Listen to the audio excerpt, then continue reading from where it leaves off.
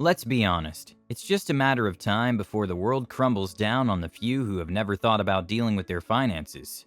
However, with a few tweaks here and there and knowledge on financial matters, you can prevent this from happening. Therefore, in this video, I'll be talking about how you can improve your financial intelligence. On a side note, if you're interested, I made a savings and budgeting guide, which you can download for free using the link in the descriptions. The guide is intended to help you with your saving and budgeting skills. Additionally, it also has great tips on savings. So without any further ado, let's get into it. 10. Read personal finance books. Knowledge is power, and what better place to acquire your knowledge from than books? Hit up the local library, buy them off of Amazon, or download Audible. We live in a world where you can access information at the drop of a hat. Rich Dad Poor Dad by Robert Kiyosaki, The Automated Millionaire by David Bach, and The Total Money Makeover by David Ramsey are some starting points. The list of books is endless. Economic magazines and newspapers filled with current affairs will also benefit you. The current market is competitive, making it more necessary than ever to stand out. Building your knowledge day by day will help boost your career. 9. Track your net worth.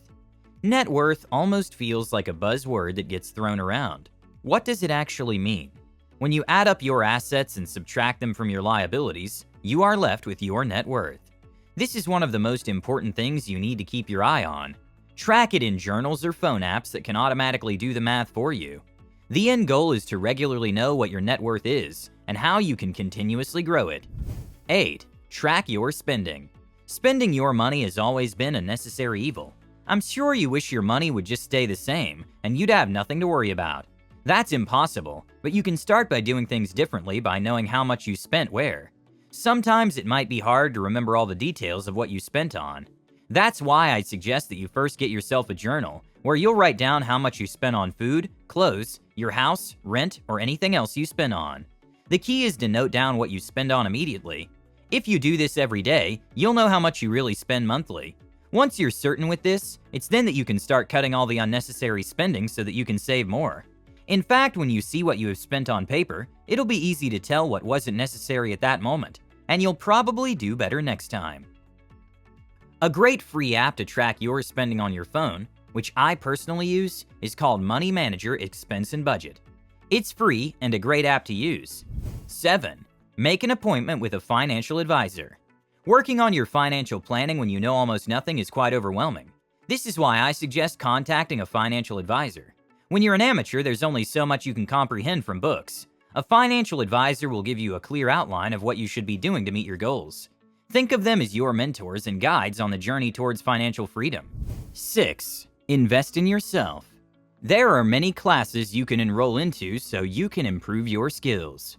Be it online or in person, free or paid, there are so many options to pick from.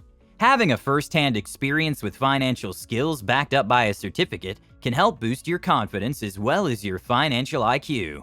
This is also a great way to boost your CV. You can boast all you want about how many financial books you've read, but it will never compete with a physical certificate to prove your skills. This will subsequently help you land a higher-paying job, giving you more money to play around with. 5. Network. Your network is your net worth. This is a mantra I'd suggest you adopt. With how competitive today's world is, the harsh truth is that knowing the right people will get you farther than your degrees alone.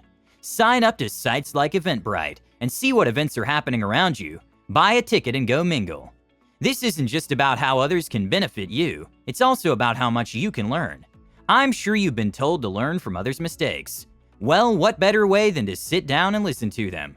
Go to people who have your dream life, dream financial situation, or desired job, and ask them to teach you their ways. If you make a great impression on them, chances are they'll put in a good word for you. Being connected to people in real life is just as, if not more important, as how many Instagram followers you have. So talk to people and connect. If you're enjoying the video so far, do me a favor and give it a thumbs up. It really helps us out with that YouTube algorithm. 4. Take a loan when absolutely necessary. While it's amazing to see just how easy shopping has become these days, it's also scary to think about how easily people can go into financial ruin. This is all thanks to loans. To have good financial health, one must avoid debt at all costs. No pun intended. And taking out loans is exactly the opposite of that. Only take out loans when absolutely necessary, such as for a house. It's common knowledge that when you take loans, you'll have to end up paying double, sometimes triple the amount you originally took out. One needn't be a rocket scientist to see that this isn't financially healthy. Remember, we're trying to make sure we have more assets than liabilities, and debt falls into the latter category. So avoid it as much as you can, and only get into debt when you're absolutely sure you can pay it back. This especially goes for credit cards. 3. Focus on what you can control. You can't control the weather, you can't control the stock market, and you can't control how much you get paid, unless you get a promotion. So don't worry about things like that. You can, however, control when you invest. You can control the budgeting of however much you get paid, and how much you spend. So focus on that. Cut back on impulsive buys, live below your means, and invest in your skills so you can get a higher paying job. Focus on what you can control, and you'll start to notice how your bank balance grows, and your mental health stays stable. 2. Invest. Budgeting is a great start for everyone wishing to save some amount for a rainy day. As much as it's good to save, it's unfortunate that it's not all you need to boost your financial IQ. You also need to invest in different areas of business. You can invest in the stock market, real estate, fixed deposits, currencies, you name it. The list is endless. When you do any of this, it'll be easier to be familiar with the different financial aspects that you weren't aware of. But before you do all this, you also need to know the advantages and limitations of the market you're about to be fixated on, because you don't want to lose all your investments if things go south. It's common for the market to change abruptly, so the best way is to know what you're dealing with and how to counterattack it. 1. Put your knowledge to the test. Reading financial books, tracking your net worth and spending, or all the things I've told you aren't enough to get your financial IQ up. In fact, if I'm being perfectly honest, all of this is just theoretical. You have to test what you know, because it's only then that you'll know you've elevated from your previous point or not. If you've decided to track your spending, then you'd better make sure that you put it down on paper every time you spend. If you've decided to invest in yourself, then you have to make sure that you put that knowledge to good use after reaching your goal. Improving your financial IQ won't work if you put it all into your head and hope that it'll work.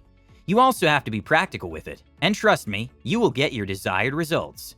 If you're doing any of these, it means you're on the right track, which you need to stick to. Finances sometimes appear intimidating. These include hesitating to seek clarification, skipping over essential measurements, or making choices without taking into account their potential financial ramifications. That's normal for everyone, but you should try and view it from a different angle. In reality, this can mean making clear the financial priorities associated with your job, taking an active interest in knowing the financial outcomes you produce, and using that information to change your financial strategy as necessary. If you begin to take account of everything involving your finances, I bet you'll have a better understanding of how things work. That's all we have for you today. I hope you guys enjoyed the video. Don't forget your free budgeting and savings guide, and subscribe if you're new here. With that said, have a great day, and I'll see you in the next one.